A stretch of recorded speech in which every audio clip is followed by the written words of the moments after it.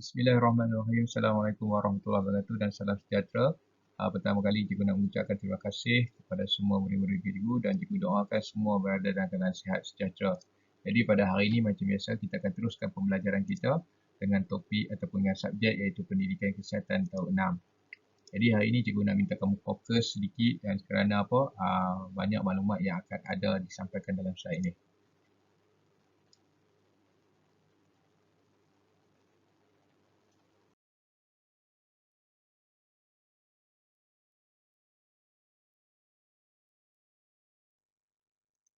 Okey, pertama kali cikgu nak tunjukkan kepada kamu dan nak kepada kamu nak orang kata apa? Nak bagi tengok nak memperlihatkan dulu satu video ni dan cikgu nak kamu fahami maksud video ni. Okey, dengar betul-betul dan faham betul-betul jalan cerita dalam video ni.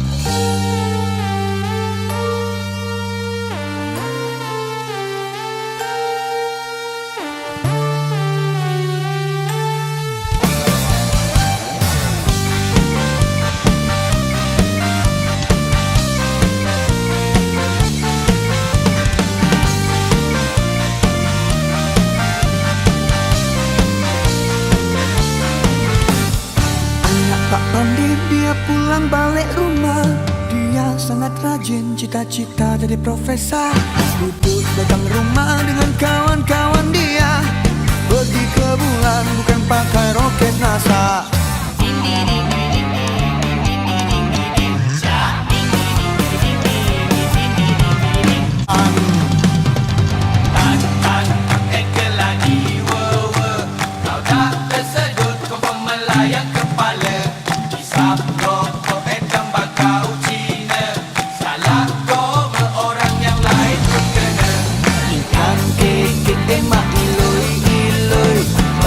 Kau terpetik, badanmu kau terkantoi. Jentik mandi dalam kolam. Ingat adik-adik, jangan buat macam-macam. Kap kungkap masuk pintu, keluar tingkap.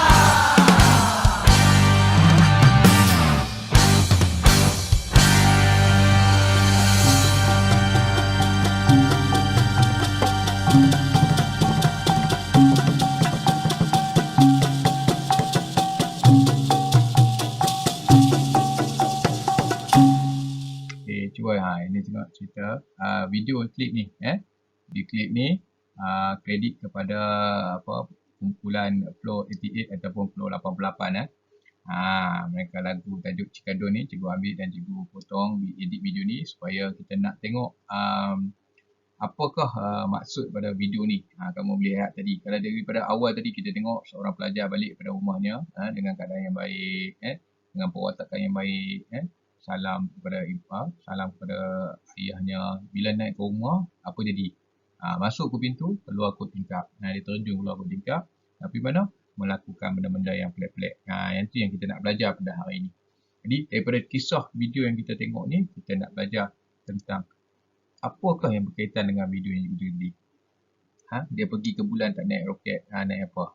Itu kita nak tengok ni. Kita nak kupas pada slide yang seterusnya.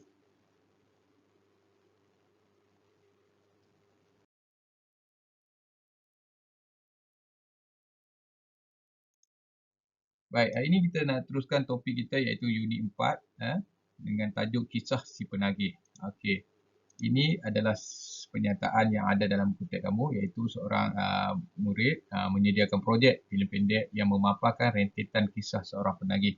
Rentetan itu maksudnya kronologi kisah seorang berlakunya bagaimana orang tu terlibat dengan masalah dadah ni. Okey. Okey, gambar ni juga ada boleh lihat dalam muka surat 21 dalam buku pendidikan kesihatan kamu. Okey, situasi filem pendek ni kita tengok pada gambar yang pertama. Kamu sambil-sambil kalau tak nampak dalam video cikgu, kamu boleh tengok dalam buku teks. Okey, kita tengok sebuah keluarga yang dikatakan keluarga yang keadaan senang lah. Tetapi cuba lihat, kita fokuskan kepada pelajar yang tengah-tengah ni. Anaknya memegang selembar kertas nak tayang bahawa dia dapat markah yang baik dalam peperiksaan mungkin. Tetapi cuba lihat apa berlaku kedua-dua ibu bapanya iaitu tidak mempedulikannya. Ini yang selalunya asbab ataupun penyebab berlakunya masalah. Jadi keluarga mementingkan kadang-kadang sekarang ni dengan impact sekarang COVID-19 ni macam-macam berlaku daripada masalah kepada jiwa. Jadi kita kena jaga elok-elok. Tengok apa berlaku bila ibu bapa terlalu sibuk dan membiarkan anak datang kantin dan tengok apa dia memilih kawan yang salah. Jadi cikgu rasa kamu boleh pilih kawan yang baik kan. Ni kalian memilih kawan yang salah, mula terjebak dalam pertama kali selalunya dengan apa? Dengan rokok lah. Rokok selalunya. Lepas tu bila dah lama-lama dia akan mencuba yang terbaru pula. Dia akan duduk sorang-sorang, berhayal, berfikir. Sebab apa? Sebab dia kurang pada kasih sayang. Kita berbalik pada yang kronologi yang pertama tadi, kurang yang kasih sayang lah. Kadang-kadang ibu bapa ingat dia okey kan, tapi menyebabkan ni. Seterusnya, apa akan berlaku? Bila dia dah tak ada sumber kewangan, dia akan ubah macam biasalah. Akan ambil duit daripada ibu bapanya secara sedar atau tidak sedar dan teruskan dengan perbuatan dia yang salah tu, dan akhirnya apa berlaku dan dia berjaya ditangkap oleh pihak polis dan dimasukkan dalam hospital ataupun pusat sehenti selalunya untuk diberikan rawatan. Tetapi apabila dah terjebak begitu lama dalam gejala dadah ni, dia boleh menyebabkan berlakunya masalah pada fizikal manusia. Tengok kita lihat tengok dalam keadaan yang sangat-sangat kurus kering dan mungkin ada penyakit, dan akhir sekali inilah hayat yang dia dapat. Orang kata penamat dia iaitu kembali ke rahmatullah ataupun meninggal dunia. Inilah kisah-kisah. Sebenarnya kisah ni ada walaupun dalam bentuk kartun, tapi sebenarnya kalau ikut dalam masyarakat kita ramai yang berlaku. Punca macam-macam masalah. Jadi kita kena banyak berfikir. Jangan kita terus membuat tindakan tanpa berfikir.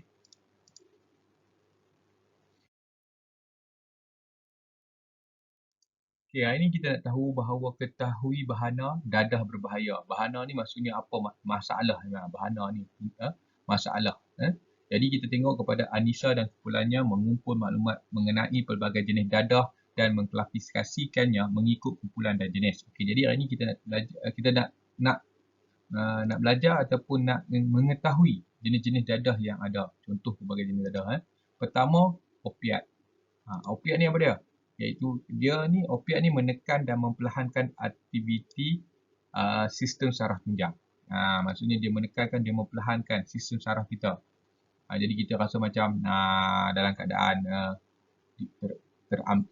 terambing-ambing kan, di awangan. Contoh selalunya bahan opiat ni ialah candu, morfin, heroin, kodein, opiat dan sintetik. Sintetik ni apabila dah diproses daripada bahan opiat itu sendiri. Okay, ini contoh ketamin, ini contoh candu, okay, ini contoh heroin dan ini contoh morfin. Sebenarnya semua ni datang daripada apa? Buah kopi.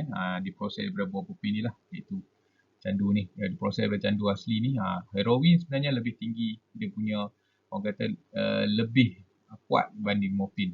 Morfin ni banyak kan pada zaman-zaman peperangan banyak digunakan oleh doktor-doktor askar sebab untuk mengurangkan kesakitan prajurit-prajurit yang tercedera ni morfin. Tapi bila digunakan secara tidak betul, maka dia menjadi bahaya kepada kita balik.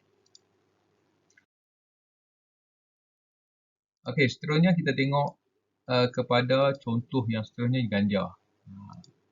Ganja ni buat apa? Bahan yang sangat kompleks dan mengandungi 421 jenis bahan kimia. Buat ganja ni. Dalam dia kompleks. Dan contoh ganja ialah kanabis, hashish dan minyak hashish. Minyak hashish ni minyak daripada ganja lah. Getah. Pokok ganja ni. Dia buat minyak. Jadi, ini contoh pokok ganja kalau kita lihat. Ni pokok yang hijau ni pokok asli dia, yang ni lah apabila dia dikeringkan dia. Okay, seterusnya halusinogen. Halusinogen ni ialah sejenis bahan kimia yang dah diproses. Dia boleh mengubahkan pencerapan deria, pandangan visual dan menyebabkan ilusi. Yang ni yang kita kadang-kadang kita kata halusinasi tu. Bila makan ubat ni dia jadi macam apa? Macam orang tak ingat apa. Dia nampak semua indah belaka. Dia mengubahkan pandangan mata dia, bergerak, dia mewujudkan ilusi dia yang dia minat lah. Itu yang bahayanya. Contohnya LSD, DMT, PCP, mescaline dan psilocybin. Ini adalah jenis-jenis dadah yang bersifat halunisinogen. Ini selalunya diberi kepada kadang-kadang diambil ni sebab nak hilangkan masalah. Kalau orang tu terlibat dengan masalah sangat tu, dia ambil ni nak mengurangkan dia punya beban dan masalah, tetapi sebenarnya boleh memudaratkannya sekiranya mengambil dalam kuantiti yang sangat besar ataupun tidak mendapat arahan ataupun panduan daripada doktor. Okey, seterusnya ialah dadah jenis perangsang, iaitu ia bahan kimia yang psikoaktif yang boleh merosakkan sistem saraf kita. Maksudnya dadah ni diproses banyak kali dan jenis dia boleh perangsang. Okey, contoh dia amfetamin, kokain, methamphetamine, iaitu syabu dan pil ekstasi. Ni dia merangsangkan, maksudnya dia boleh jadi aktif. Terlalu aktif sampai kadang-kadang kita tengok dia jadi lupa, maksudnya dia terlalu sampai kuat. Ini contoh syabu lah. Syabu, itu warna putih macam kaca tu. Okey, tapi pahit. Okey, ini ekstasi ada pelbagai warna, yang silap kata coklat pula. Ini ekstasi ni ada pelbagai warna. Ini yang digunakan oleh yang kita risau ni adalah ramai remaja-remaja terjebak dengan ekstasi ni. Jadi dia sebenarnya bila kita ambil terlalu banyak, dia akan merosakkan sistem saraf kita. Tambahnya dia dalam ni dia ada kadang-kadang ekstasi yang ada ekstasi palsu pun ada, iaitu campuran dengan gentian kaca. Bila kamu ambil tu, dia akan menghiris saluran pernafasan dan itu buat tu dia rasa lagi cepat feel. Tapi ialah dia akan akhirnya ialah dia membahayakan sistem kita akan rosak. Dan yang ni ialah satu lagi jenis dadah, iaitu jenis penenang, iaitu nak memperlahankan dan menghentikan fungsi-fungsi tubuh badan. Okey, yang ni selalunya kita bagi kepada orang-orang yang mengalami masalah jiwa. Dia memberontak ke, jadi kita akan bagi dia ubat memperlahankan dan menghentikan fungsi tubuhnya. Contohnya kita bagi sedatif. Sedatif ni maksudnya bila kita cucuk, selalunya doktor akan ambil lah. Bila dia terlalu dia mengamuk, kita akan cucuk dia untuk mengurangkan amukan dia. Yang kedua ialah tranquilizer ni selalunya digunakan untuk menenangkan orang juga. Selalunya bila kita tengok macam contoh kita ambil situasi binatang, gajah mengamuk naik minyak. Dia akan merosakkan sebenarnya. Macam mana nak mengurangkan dia punya amukan tu ialah kita tembak dia ubat tidur kata tranquilizer, dan dia lama kelamaan dia akan memperlahankan dan jadi mungkin dia pitam. Alkohol, GHB dan ketamin. Ini antara ubat-ubat penenang. Tapi kalau diambil secara berlebihan juga memudaratkan tubuh badan kita. Sebab apa? Dia menghentikan fungsi badan. Jadi ada badan berhenti fungsi, maksudnya bila terlalu banyak, lambat nak pulih. Jadi boleh menyebabkan ketagihan. Okey, selain itu juga dadah dan ubat-ubatan bahan-bahan lain yang boleh menyebabkan kerosakan otak dan organ dalaman kita. Contoh steroid. Steroid ni selalu memang dalam bidang sukan. Selalunya ahli-ahli sukan, terutamanya angkat berat, benda-benda yang jadi dia orang ambil steroid ni untuk apa? Menampungkan kekuatan mereka. Tapi dia menyebabkan, kalau terlalu banyak, dia boleh merosakkan organ dalaman kita dan melakukan yang paling risau ialah kerosakan otak. Daun ketum. Daun ketum ni dulu heboh lah. Dia kerajaan telah pada tahun 1997 tak silap dulu dah diiktirafkan sebagai bahan racun. Pil kuda, naspam, ubat tidur dan inhaler yang lain. Inhaler ni ialah benda yang kita sedut, bukan yang kata yang alat inhaler yang kata asma tu. Inhaler ni ialah yang kita sedut, bahan kimia yang kita sedut. Contohnya macam gam tayar biskar ke kan. Kita hidu dia. Yang tu, bohlam plastik kita hidu yang tu. Yang inhaler gam ni, sedut gam ni lah yang menyebabkan kerosakan otak. Ini kisah benar. Boleh menyebabkan saraf-saraf otak rosak dan menyebabkan mangsa boleh meninggal di situ juga. Jadi bila terlalu banyak, terlalu ketagih menghisap gam. Ini kita di dalam bidang inhaler. Jadi ini saja untuk diterangkan tentang jenis-jenis dan pelbagai dadah. Bukan untuk kamu mengenali dan untuk kamu ambil, tapi untuk kamu elak dan kamu tahu bahawa pentingnya pengetahuan tentang tentang bahan kimia ini supaya kita tahu dan kita tak guna dia. Kita nak guna benda-benda ni kena ada arahan daripada doktor. Kalau doktor beri kita ubat ni baru kita boleh makan. Kita bukan sewenang-wenangnya sendiri kita nak makan. Kita tak beli pandai-pandai kita beli. Kita nak kononnya saya nak tenangkan jiwa saya nak ambil sedatif, saya nak ambil keras, saya nak minum alkohol. Okey. dia boleh menyebabkan macam-macam. Kalau macam alkohol ni, dia boleh menghilangkan pedoman pada diri kita. Kita hilang akal. Sebab tu kita tengok banyak pada tahun lepas berlakunya kemalangan jalan raya akibat penggunaan alkohol yang terlebih. Ya, alkohol ni dia mabuk, dan mabuk ni menyebabkan berlaku pelanggaran. Jadi kita risau. Juga dengan dadah-dadah yang lain.